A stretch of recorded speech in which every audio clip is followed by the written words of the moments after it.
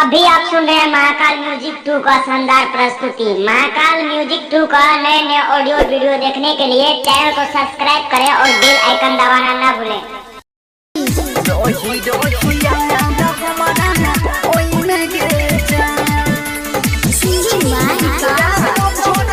अभी आप सुन रहे हैं रुपेश राज का शानदार प्रस्तुति। परमानंदपुर रोड करजाइन बाजार सुपौल।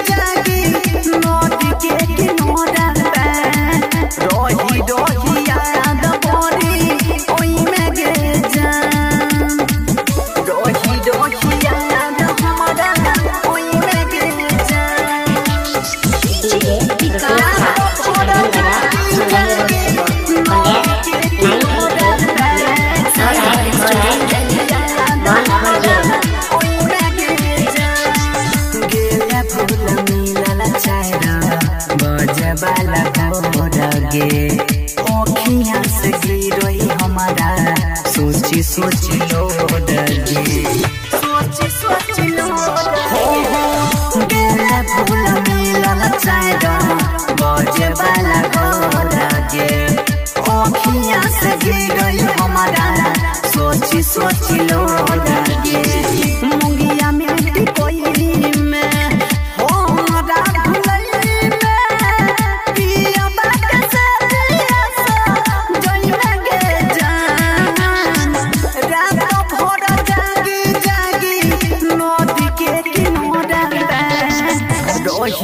याद हमारा ओई में जाना रात भर जागी नदी के किनारा रही याद परी ओई में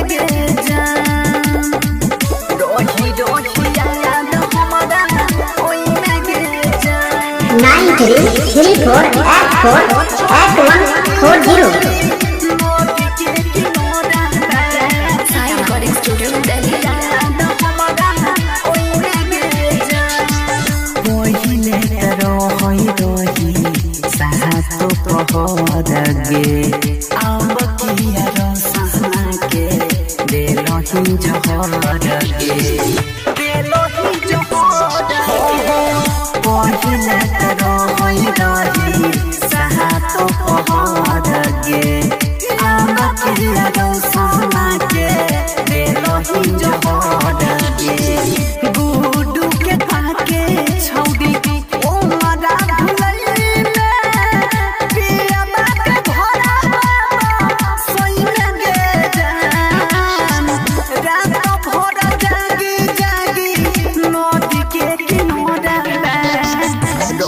रोही याद हमारा ओई में जाना रात भर जागी नदी के किनारा रोही